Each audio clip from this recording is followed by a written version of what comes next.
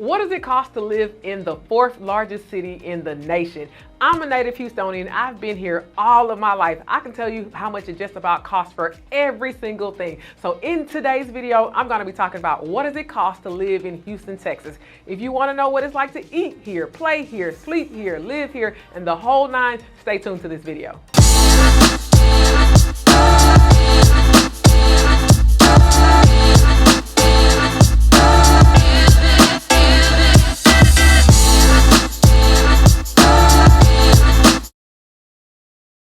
What's going on, everybody? Welcome to the Living in Houston, Texas channel. If you're new to this channel, it's all about Houston, Texas, the up, down, left, right, and everything you want to know about what it's like to live in Houston. If you're not new here, welcome back. Make sure you hit that like button because it helps people just like you looking for this type of information easily find it. And please don't forget to hit the subscribe button. That way you're notified every time I bring you new hot content about the Houston, Texas market.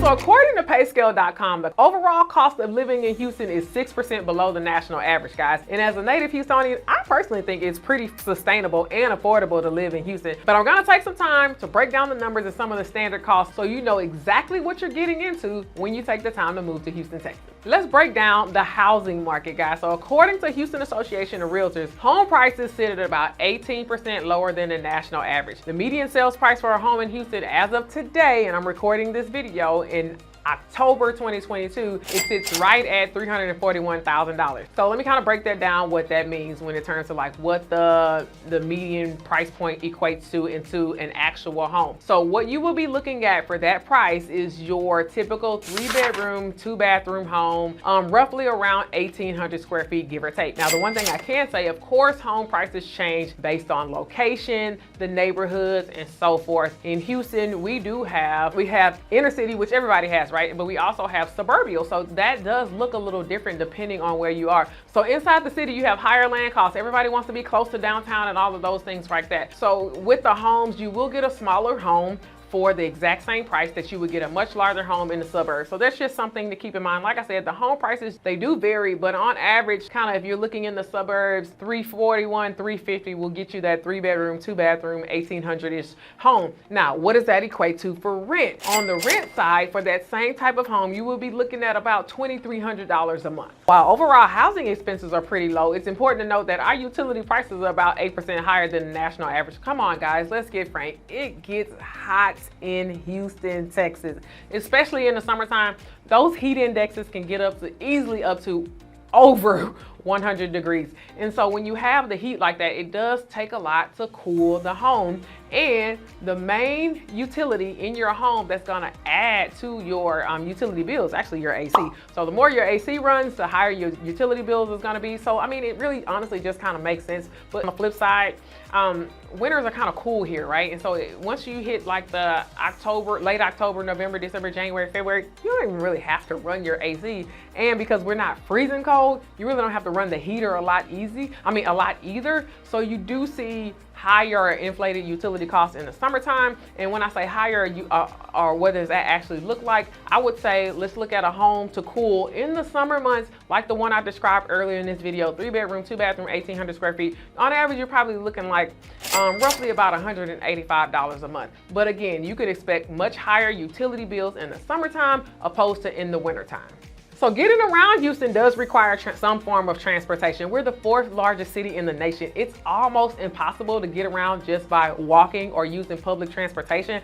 But if you needed to use the public transportation, our main source is gonna be the Metro bus. It goes all around the city and the suburbs, as well as the Metro train. So we refer to it as the Metro Rail, but it's pretty much just like a rail system that goes throughout the major attractions or the major areas inside the inner city. So whether you're riding the bus or the train, the current Metro Rail ride is about $125 per ride. I personally used to ride the bus for corporate purposes. So when I worked downtown, I used to ride what we call the parking ride. So our local bus service offers the parking ride, and basically there's different stops around the suburbs where you can park your car and get on the bus and ride downtown. So I used to do that personally. It saved me a lot of gas, and honestly it saved me a lot of time. And I'm just gonna be frank, I like to sleep on the way to work. So I would honestly sleep on the way to work. But I mean, like I said, the biggest cost savings for me was the gas. And so again, there's various stations out around the city, just depending on how far you are outside of the city, that price does change. I think when I wrote it, and don't quote me, but this was years ago, I may have been paying like $3 or $4 each way. So it would cost me about $8 round trip. But on average, the parking ride costs anywhere from $1 to $4 per trip. Now, if you intend to drive your vehicle, which you will indeed need a vehicle, guys, there's no way around not having a vehicle in Houston, Texas. Let me make myself clear. There's no way around not having a vehicle in Houston, Texas. The average gas price right now is about $4.19. I have two big vehicles, actually. I have an SUV, and then I also, honestly, guys, just bought a Tesla because gas was killing me. On average, when I had two vehicles that took gas, I'm a realtor now, let's say that, so I do drive more than the average person, but I was spending anywhere from $200 to $250 a week on gas. So my trade-off was I'm gonna go buy a Tesla, an electric car, so that I can kind of save on that gas cost. Since I bought the Tesla, honestly, it's been a huge help of savings to me. But just kind of think about it, because we are a huge city and you can easily go from one end of the city to the other, and it'd be a 60-minute drive. We drive a lot, so keep that in mind. You will need gas, and you definitely need to factor gas costs or a higher gas cost into your budget. Now, one thing I really do love about Houston, guys, is the array of food options and restaurants, right? So I'm gonna break it down, talk about grocery stores, and then we can also talk about restaurants as well, right? But according to PayScale, Houston food grocery prices are 4% below the national average. So we're still kind of good there. I'm gonna give you a few of the main things and kind of what you can expect for those types of costs. Like a loaf of bread, for example, it averaged about $3.33.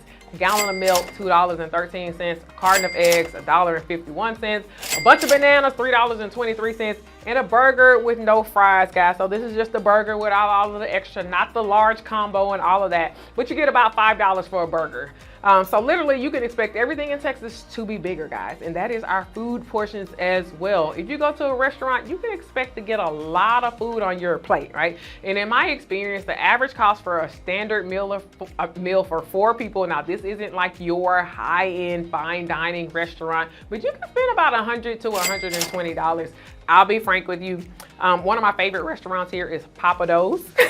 And the Do's is kind of like Cajun, right? So they serve Cajun cuisines, very popular here.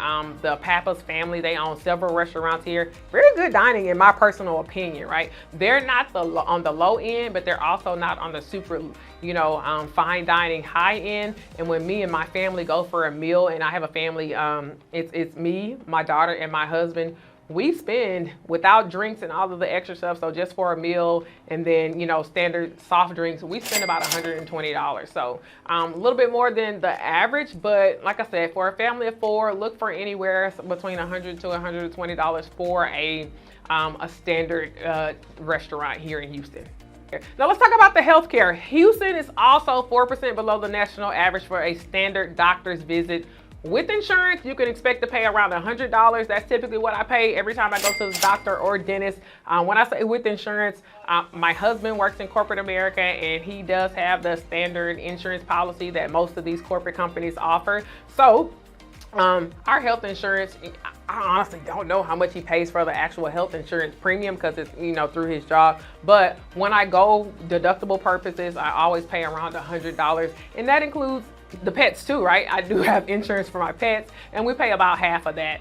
I will say this though, Houston is a very robust place to live for medical professionals. A lot of medical professionals live here because we have the number 2 medical center in the nation next to Boston. And so with that brings along a lot of doctors, dentists, medical professionals that open up their own practices as well. So there is an array of options here. I'm starting to see, more of the independent practices offer like special rates, discounts, and things like that. Of course, they have to be competitive. So you will be able to find healthcare and, in my opinion, affordable healthcare options, even if you don't have insurance.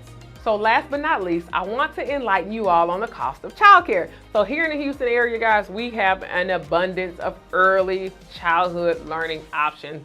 I mean, there is a daycare, some type of learning center or tutoring center on every corner, every block, especially when you get out into the suburbs where some of our major schools are. Right? My daughter, she currently goes to the Primrose, which is a franchise daycare, and she actually went there for preschool. Now she goes for after school care, so I can really kind of break it down in terms of what we paid or the cost for both of those things. But so you have your independently owned operated daycares and you have your franchise daycares as well. So Primrose, like I said, is a franchise daycare. It's a nationally recognized daycare. No matter where you go, the curriculum is going to be the same and things like that. So when she went for preschool, of course, it kind of depends on the age, but for early childhood care, so somebody that's not in grade school, they're not just going there after school, you can expect the cost for a franchise daycare to be anywhere from, I would say, about $800 to $260 per week per child. Now, sometimes daycares and childhood learning centers and things like that, they do give you a discount for multiple children. And one thing I've seen recently is that they do give you a discount depending on your profession. So typically those medical professionals, first responders and things like that, I have seen them do give discounts, you know, slight, when I say discounts, meaning like $20 off or so, things like that. But needless to say, I absolutely love the Primrose. My daughter is still there now. And with her being someone that just goes for before and after school care, we're looking at about half of what we used to pay, right? So that's something important, something to remember, but that's what you can expect for a franchise daycare. Individually owned and operated daycare, sometimes you can expect a little bit cheaper, but on average, just know that there's a lot of child care options here. Personally, I don't think child care is an inexpensive thing, but I mean, I want the best for my child, so I'm gonna pay the cost, right? So if you have the kiddos, do expect to budget for child care. It is one of those higher pricey items here, but again, like I said, we want the best for our children, so sometimes we're willing to put a little bit more into that. So my name is Nicole Handy. I'm the team leader of the Nicole Handy real estate team here in Houston, Texas. And look, I get so many people reaching out to us about their move to Houston. They text us, they call us, they send us an email, and we absolutely love it. You can do the same thing too. Send me a text, send us a text, give us a call, or skip all of that and just schedule an appointment with us using the Calendly link below. Either way you do it, we would love to talk to you and help you with your move to Houston, Texas.